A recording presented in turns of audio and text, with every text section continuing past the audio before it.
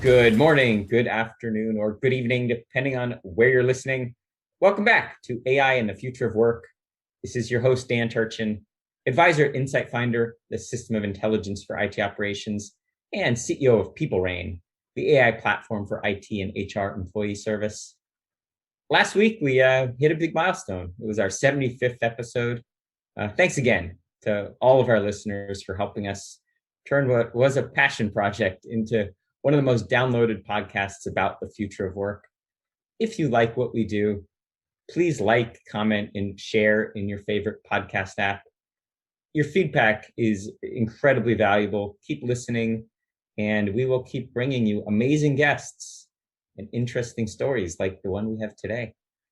Today's guest is one of the most influential analysts in our field. He writes and speaks extensively about the future of work. I venture to say almost every senior exec at a large enterprise has come across his work at some point. Dion Hinchcliffe has been writing and prognosticating about the future of work for more than 20 years. At least that's about how long I've been following him. He's a principal analyst at Constellation Research, and he's spent more than a decade prior to that at media organizations like ZDNet and Information Week. Dion's recent focus has been on the future of collaboration. If you haven't seen it, check out his thought-provoking hierarchy of post-pandemic digital employee experience needs. It's on the Citrix blog. We'll include a link to it in the show notes.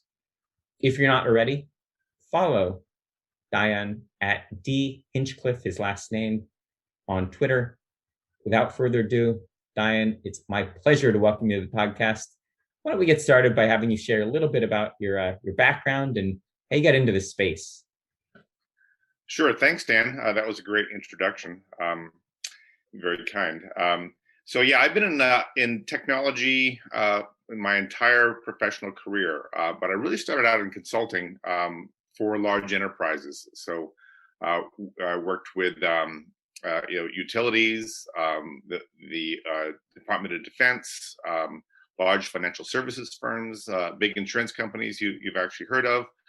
And so I've probably the first 20 years of my career, I was on what we say the customer side, the buy side of technology. So I know how hard it is to deliver very large, complicated IT projects that are interdependent among many systems and databases and actually delivering those. So that made it easy for me to go over to the vendor side because after you've been on enough IT death marches and large programs that have gone on for 3, 4, 5 years, you get a pretty good sense of what it really takes to deliver with technology. So I went over to the analyst side where I actually get to research and review and look at what these products actually do, and I know whether they actually meet the needs of real IT people on the ground. So not a lot of people know that I was on the engineering side. I'm still a practicing enterprise architect and spend some of my time advising CTOs and CIOs in large companies.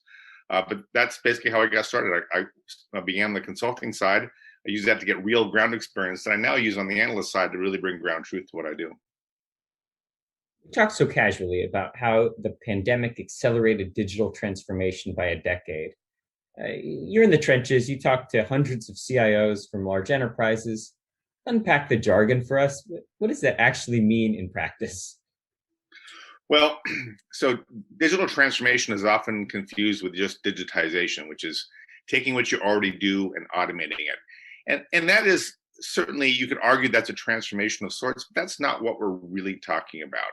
What digital transformation really means is rethinking your business in digital terms. So not doing it the same way with technology once you digitized it, to say, well, how do we rethink and reconceive of the way we work, the way we serve our customers, the way we engage with the marketplace in general. So, Amazon, started with saying, well, why don't we take and put a bookstore online and make it easy for anyone to find the books that they're looking for. That's more digitization. Now, when they thought, we built this incredibly powerful, highly scalable platform, let's offer the capabilities of our own internal supply chain out on the market. And they created Amazon Web Services, which is where they make the vast majority of their profit every year, and is arguably a much more strategic business. That's more along the lines of digital transformation. And most organizations are still at digitization. We have another 10 years of major digital transformation that most organizations really have to go through if they really want to survive. There's that famous stat that says that most of the Fortune 500 from the year 2000 are gone, and most of it is because of failure to adapt to technology. And it's really because they only optimized, they only digitized, and they didn't transform. And so the pandemic brought two parallel swim lanes of transformation. One, the transformation of work. All of our workers, or most of them anyway, got pulled out of the office and had to work in very different ways, entirely remotely. They had to do all of their jobs through a Wi-Fi connection. Executives had to deliver all of their leadership and management through a Wi-Fi connection. That was a big transformation that was largely successful.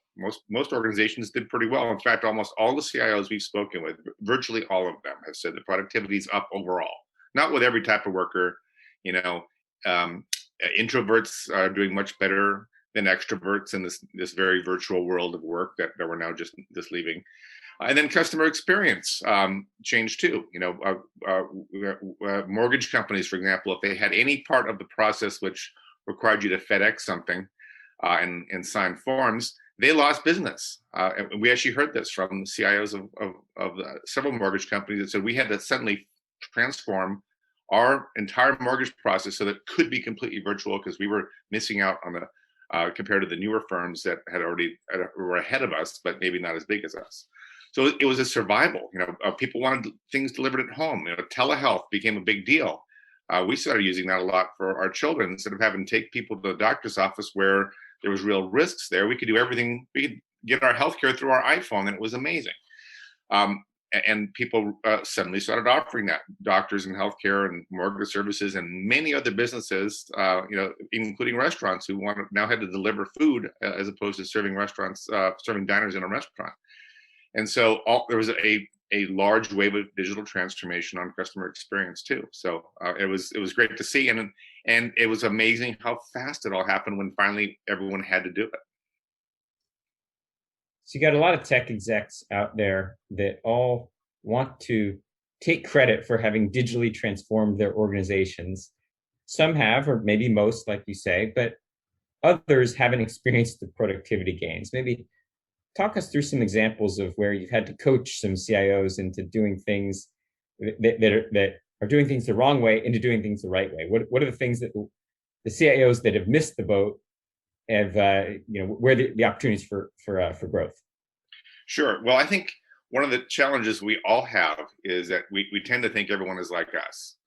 And, folks at the top of an organization who've made the executive team, they're often just different types of people with different expectations, and they certainly have different job responsibilities.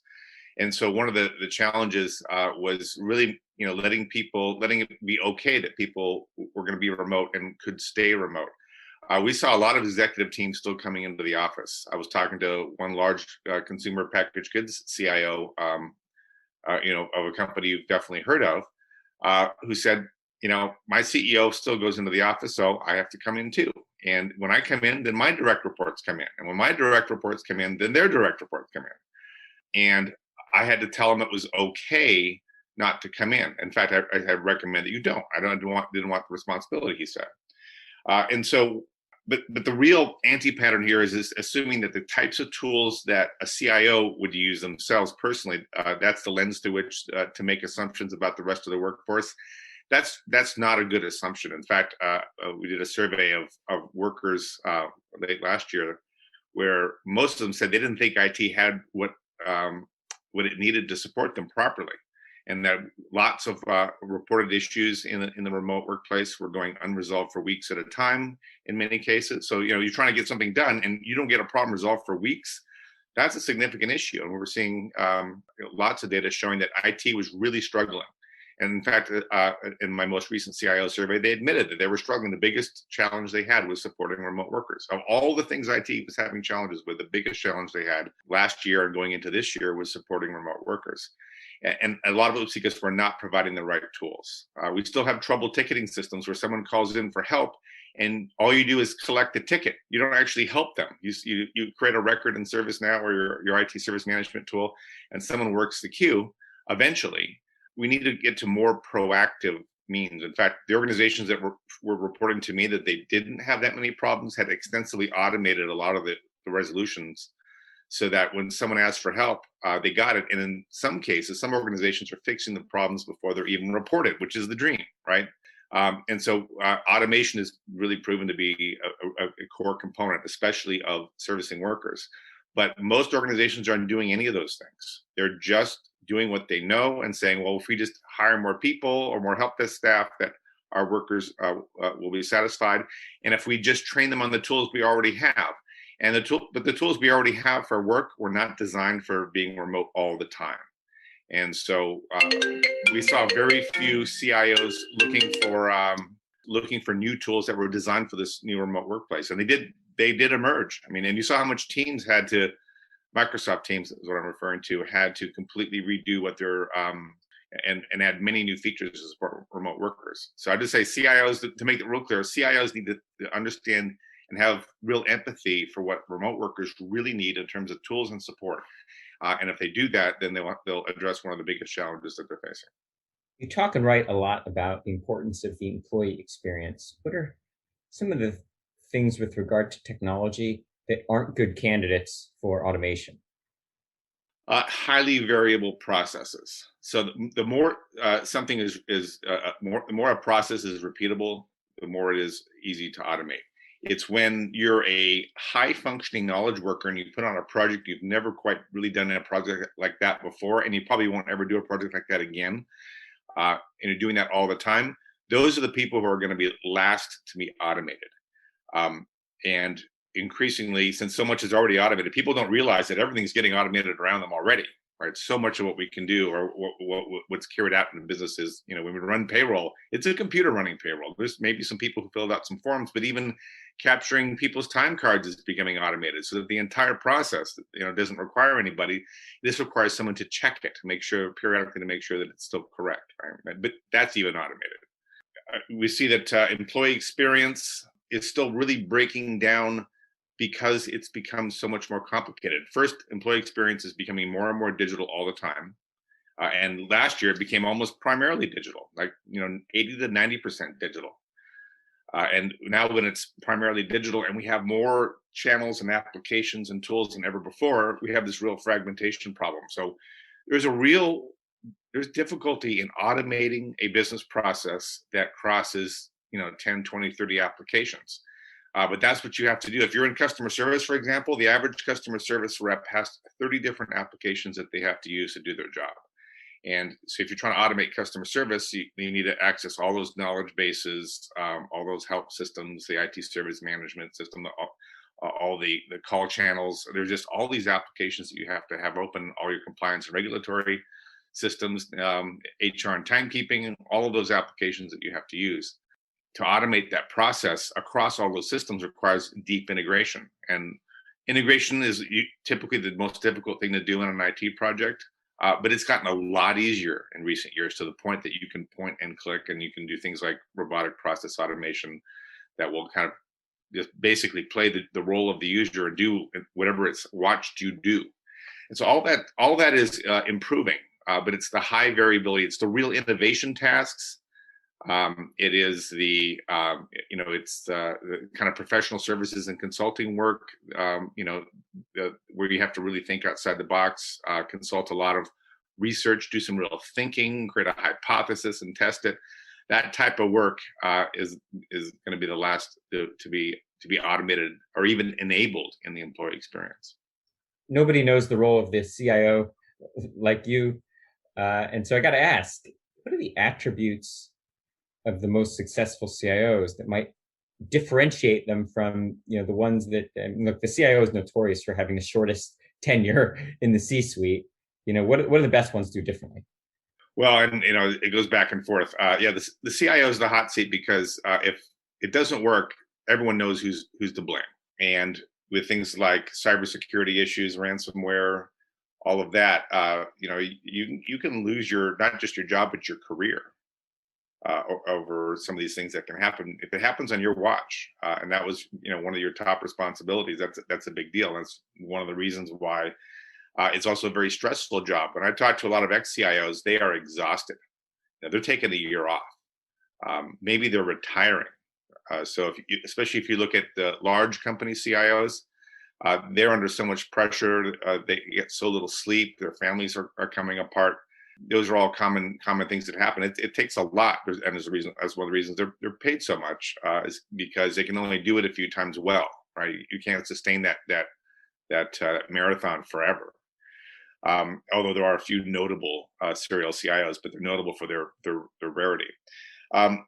And so, getting back to the actual question, there's a real difference between, let's say, the Fortune 500 CIO, who's at the Fortune 500 level, versus the Fortune 100 CIO. It's definitely noticeable, even today. Down lower, they're much more control oriented. One, because they have a purview that they actually can have more control over. They're in a smaller organization. They don't have so many divisions, and they're not as big a conglomerate where they're so global that it's very hard to manage, do a top-down management capability. And so they tend to be more traditional managers, whereas what we see on the emerging edge of the best CIOs in the world, they tend to be more influencers. They realize that they've kind of lost control of technology. Every part of the business has technology inside of it, now deeply inside of it. IT is too small as an organization to fully digitize and transform the business. It's just too small. You can't ask IT to do it. It's got to be the rest of the business too. A large part of the rest of the business has to be transforming. And if that's digital transformation, that means they're in technology too. And so the only way to do that, because we do see a lot, IT spend is growing, but not in IT. It's in every other part of the business. This is where the big growth is. We're seeing only 4 or 5% increases in the IT department, but we're seeing double-digit increases in other parts of the business. So like marketing spending, huge amounts on digital. The chief customer officer, and now even I'm seeing now chief operating officer for the first time in the last year has really got on my radar as a big IT buyer because it's become so operational. You have to be an influencer, be able to say, I've got the best ideas. I can articulate where we need to go better than all of you. And I want to convince you that we all go in one direction, right? We all connect our efforts, that we have a drumbeat, the same drumbeat we're all listening to, and we're all heading in that direction. That's what great CIOs do now, is they don't even pretend that they have the control over IT. They know they don't. They know that we've now crossed that line. Over 50% of IT is outside of IT, is owned by someone outside of IT. That's already happened, right, in the last 2 years. I know I used to write about this when it was 10% was outside of IT back in the year 2000.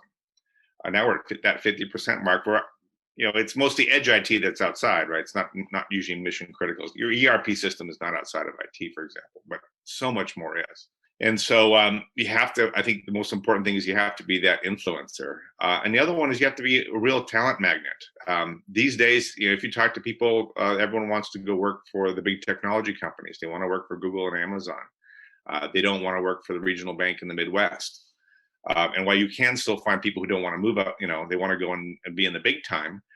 You really have to, as an IT leader, the biggest challenge I'm hearing right now. We just had a CIO session a couple of days ago where we had some top CIOs together, and they all agreed the biggest problem they have is finding talent. And that talent has the shortest shelf life that they've ever had. If you have any tech skills, they're gonna be outdated in a couple of years, except for a few core things. And that's their biggest challenge. And so I think you have to be a talent magnet. You have to explain why your team is the most exciting place to be. If you can't get into Google, well, we're your best bet. Here's why. Here's all the innovative things we're doing. Here's all the foundational skills you'll be able to build here that could get you into that big time. Here's the hackathons we run. Here's how we're letting new IT hires really help build our business, as opposed to it used to be you had to be a second tier, have a second tier role on a few projects where you weren't really making that much of a difference, so you could understand how an IT project ran before you could get a key role. Those days are gone. You have to entice people with saying, no, you come to us and you're going to make a difference from day one. Those are the types of things you really have to do. So I'd say the second one is be a talent magnet. But if you want the big list, there's a lot longer list. I wrote a post. It's called the New CIO Mindset, and that has all the different attributes. Right, you have to think like a startup. You have to have a beginner's mindset. There's all these things you really need to have in order to be able to be a successful CIO today. And that's, again, why it's very hard to find fully qualified CIOs right now. We will share the new CIO mindset in the show notes as well. Yeah, great. We had a guest on recently, 7-time CIO, Mark Settle. He is, of course, a PhD in geology, and so not a technologist by background. And he said his role is primarily to be a recruiter and to be a salesperson.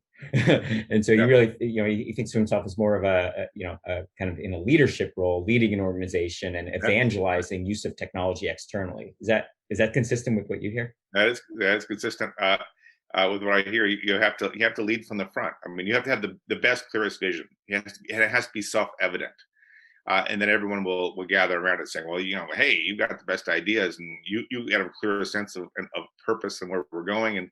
And so that is a sales process, right? It's convincing the business that you're right, because they don't have the ability to evaluate your ideas, really, right? Everything's going to sound foreign. They say, well, we should, you can't go to the business and say, let's create a developer network so we can build this huge ecosystem as we platform our business. Most business people won't understand that. You have to explain it in far different terms to them to be able to do that. Even though everyone on the IT side and the tech side will understand perfectly what you're saying and how important it is, the business won't at all. And so it's a real sales effort to make that happen and using their language. On this show, we focus on AI and the future of work. What's your coaching to technology leaders about how to think through an AI strategy? Is AI a technology? Is it a mindset? Is it a threat? Is it an opportunity? How should large enterprises be thinking about how to incorporate AI into processes? Yeah, and so I use the short definition of artificial intelligence, which is some piece of technology or some capability that gets better the more that you use it. And so it learns somehow, right? So it learns some experience and it can self-improve. It might need some help doing that, but in general, you can train it. And this unsupervised machine learning is an example of artificial intelligence. And that's what people want. Say, go find me the patterns in the data that I don't even know to ask for. That's the sort of thing we're talking about. And there's really several different grades of AI, right? So the two big divisions is hard AI versus soft AI. Hard AI is general purpose artificial intelligence that is very self-directing, and soft AI is kind of tactical, machine learning, like natural language processing is a great example of tactical AI. It's more soft, and it's not. You can say it's general purpose, but it's really designed for taking what people say and making it understandable to a computer. And so we don't have any hard AI. We're not likely to have it for, I don't know, it's hard to say now. The horizon is here. We can see it. Like, how far is it away? We don't know. Are we 10 years away from general purpose AI? We're getting close. We will, within 5 years or so, be able to put the capability of the human brain inside a single computer, with GPUs and FPGAs and all of that. So all that, and we see all the hardware manufacturers are just creating these incredible capabilities that are about to arrive that allows us to create these larger scale intelligent networks that, because we can't cram right now enough intelligence into a single server. We're seeing that a lot of the more interesting AI problems need like these huge compute farms. We're still at that point, even with Moore's law. So it's a very interesting time. So AI is here, and it's going to be critically important. The companies that master AI and all of its different techniques, it's a lot of different technologies and capabilities. And you can find taxonomies of all the different types of artificial intelligence out there. Like deep learning is a pretty exciting one, because it's letting a machine use a variety of techniques to find the best way to combine those techniques into solving a given problem. It's amazing. It's pretty cool, because the machine is actually deciding in what order and how to tune different layers of AI to learn about something in a way that is useful. That is really exciting, but it's just one of many different ways of approaching artificial intelligence. So the companies who have the broadest ability to wield the whole suite, that whole taxonomy, and apply it to their business are going to have a competitive advantage. There's no question. We've seen enough data to say that the companies using AI well are doing better than the companies they're not using AI well. We can see this in their bottom line and their growth in the market and their customer experience scores and things like that. So that writing is on the wall. And there's all sorts of issues we're going to have with bias in AI. So basically, since we're building it, most of these algorithms and these technologies will have the biases that we have, which is why when we get hard AI, we can actually ask it to be unbiased.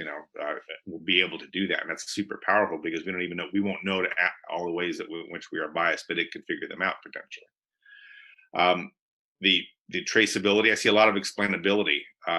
Sometimes the answers that these algorithms give are not what you're expecting, and you want to go, well, why is that? That was not what I was expecting. That's not the answer at all. Why did you give me that answer?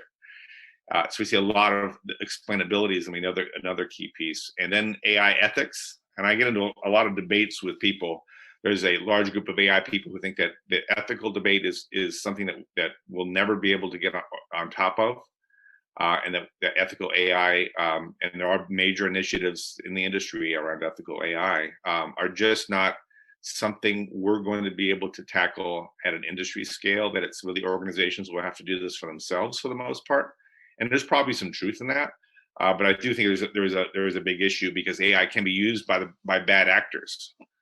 There's a great AI company called AntWorks, and they do most of the RPA, but they think very strategically, and they have an ethical AI review process in sales to make sure they're not selling this technology, which is very powerful. It can be used to scam people, and it can be used for financial fraud and all sorts of. When they show me the list of all the bad things that their technology can be used for, I was shocked and I realized, you have to have a stance because these are very powerful. The most powerful technologies that humans have ever created is in the AI space, and it can be used for some rather disturbing things. And so we have to be very careful that and limit how that gets out. And I don't know. It's Pandora's box. I don't know if we can put that horse back in the barn. And that's what a lot of the AI ethics people say is, well, it's already so widespread. How are you going to stop it? It's open source. So many open source frameworks for AI that everybody has access to. How are you going to stop it? So we have a lot of issues to sort out. But it's in every organization's future. We did a series recently on AI ethics, a series of episodes with technologists and academics, and kind of distilled a lot of this debate, the discussion about AI ethics, into one question that every vendor or everyone that's producing AI-related technology needs to ask, and that's, what could go wrong? I feel like a lot of the discussion, at some level, everyone involved in the technology needs to be comfortable answering that question. And I would say that I'm not sure you can ever fully answer that question. One of the reasons I was attracted by technology business to begin with is because there weren't that many bad actors in it. Everyone was, in IT and in technology was, very forward thinking. They were very progressive. They wanted to improve the world. And to my great regret, we've now seen the bad guys have found technology and realized how powerful it is, and realized now it's used in our financial systems and it's used for everything so that it can be exploited that way. And then now they're really organizing. The ransomware gangs. I did a talk at RSA last year before the pandemic hit, and I was giving profiles of all these ransomware gangs that have organized. I mean, really organized to the point they can't be caught. Yet they're doing enormous damage and repeatable. They're just doing this over and over and over again. They got it down to a system, and they're using AI techniques for a lot of the attacks. And so the law of unintended consequences is here in spades. It used to be technology only really cut one way, but now it's cutting the other way. And we have some tough decisions ahead of us. How are we going to control this technology in a way that we get the benefits but not the downsides? Because right now we're getting the downsides have finally showed up, and there's still a net gain. There's no question that technology has been a net gain for humanity in a big way, in a historic way, and by every measure. But now we have to manage those downsides, and that's where we are now. We're trying to figure out how to do that. So AI generates a ton of data, and that data, to your point, can be used for good or for bad. As a CIO or a technology leader, I think about IT investment as being kind of two ends of a spectrum. There's kind of offensive investments in innovation, and there's defensive investments in security, privacy, data Business integrity. continuity, all that. Yeah, right. It's spot on. So when you're coaching technology leaders, how much of a tax do they need to pay on innovation to be able to keep up with the threats that are required that require these defensive investments? This is really part of a discussion that's been happening in the industry for maybe about 5 or 6 years, in that really IT is turning into two functions. One is this operations functions, business continuity, it's cybersecurity, it's regulatory, and they have something to contribute to the growth of the business and moving forward for sure, but they're not really core to it. And then inside IT, and it's the smallest part of IT, there's this growth and innovation function. And it's something that it would just kind of usually mostly happen by itself. You'd have the business people clamoring for something, and you'd come up with some solutions, you'd deliver that. And it organically was enough in most organizations to continue getting better, and for IT to help the business thrive and to grow and so on. And those functions famously don't go well together. You put we call the pioneers and the settlers in the same room, and they don't really get along. The pioneers are risk takers, and they want to be doing crazy things. But the settlers are like, hey, or we're not going to do all that stuff because we already have everything worked out. We have a nice stable environment here, and so this was the whole thing around bimodal IT, is that, well, the notion of let's separate the pioneers and the settlers and let the pioneers do what they're good at, let the settlers do what they're good at, and we'll create some function to move things between those two groups that they do not get along. The agile people don't get along with operations people, so now we created DevOps, right? It's mixing oil and water, though. If you know operations people, they're trying to create everything, just lock it down so that pager doesn't go off at 3 a.m. And I've got to drive into the data center, right? So, but those days are going away in so many ways, right? So there's no pagers, there's no data center anymore. It's a whole new world. And so that's our challenge: is should the IT innovation function move into R&D, right? Does it really need to be separated? And the CIO stays over operations, and the CDO goes over innovation, the chief digital officer? Because the digital officer is in charge of the kind of the pure digital future of the business, and that mostly doesn't exist yet. So does that make more sense?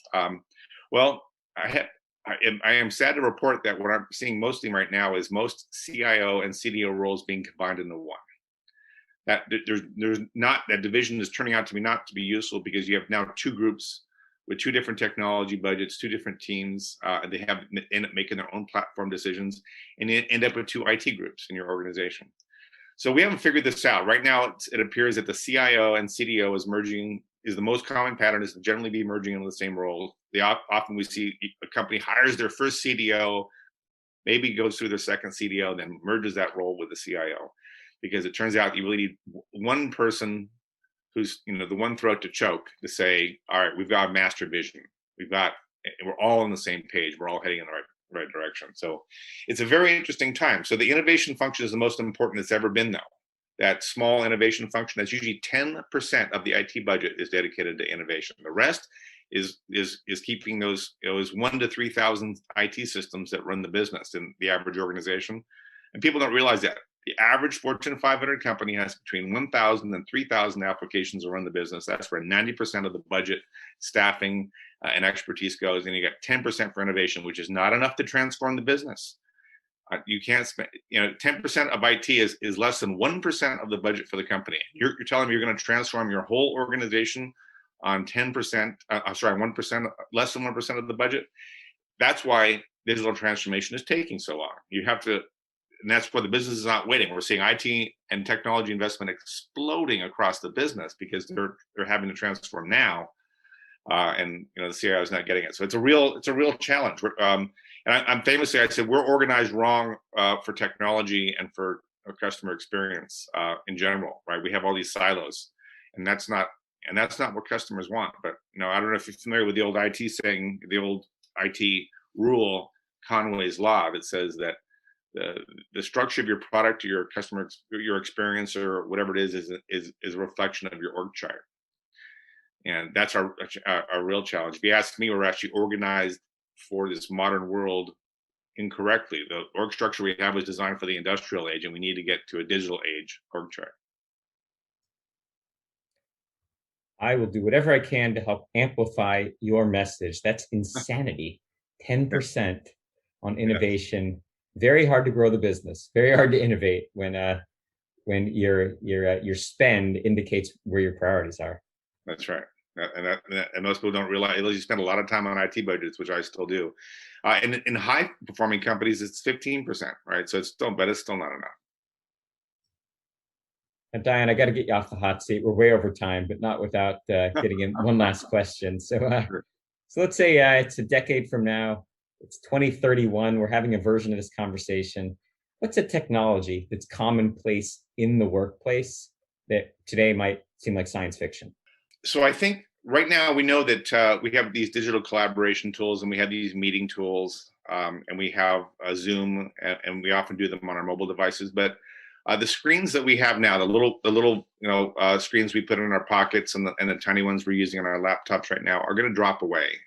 They're an interim step, and we're going to get ambient experiences. So and that could be advanced virtual reality and augmented reality. It's gonna get so cheap. Great VR is gonna get so cheap, and they'll be in contact lenses and so on, that you're just gonna have the digital world in front of you at all times in some way. We're also seeing spatial 3D projectors that can literally create a holodeck in any room that you're in. All that's here. It's just not cheap enough yet. And we see, companies like Oblong and others are creating these these ways to merge the digital and the real world, so that it's just seamless. The digital and the real world is kind of, when you need data, it just visually appears in front of you, and you can have 20 virtual screens showing you everything you need, because the eyes are still the highest bandwidth input to the mind.